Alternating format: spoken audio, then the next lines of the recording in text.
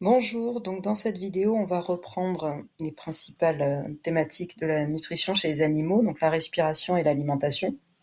Ces deux fonctions permettant d'apporter aux organes et aux cellules de quoi fonctionner. Donc on a vu différents types d'appareils respiratoires dans ce chapitre, les branchies qui permettent de respirer dans l'eau.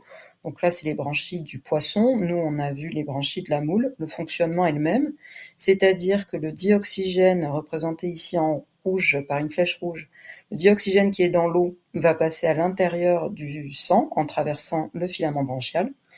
Le dioxyde de carbone, lui, va faire le trajet inverse. Il passe du sang jusqu'à l'eau, puisque c'est un déchet et qu'il est rejeté. On a également les poumons qui, eux, sont des organes qui permettent de respirer dans l'air. Donc là, on voit que les escargots possèdent des poumons. C'est donc, le poumon, c'est un sac, en fait, qui se remplit d'air. Cet air contient du dioxygène. Le dioxygène va passer dans le système circulatoire. Le dioxyde de carbone va faire l'inverse. On le voit ici représenté donc schématiquement, ce sac qui se remplit d'air. Le dioxygène de l'air, représenté par la flèche rouge, passe dans le vaisseau sanguin. Le dioxyde de carbone, représenté par la flèche bleue, lui, va passer du sang vers l'air du poumon.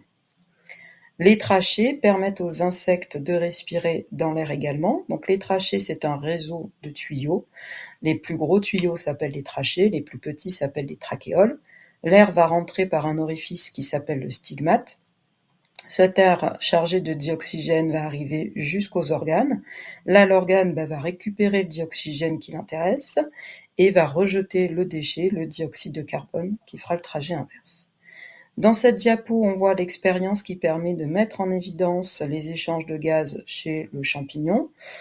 L'eau de chaux claire, limpide au départ, s'est troublée au bout d'une demi-heure, ce qui permet d'attester qu'il y a eu rejet de dioxyde de carbone par le champignon. L'eau de chaux se trouble en présence de dioxyde de carbone. La montée de l'eau colorée de l'autre côté nous permet de valider que les champignons ont aspiré un gaz.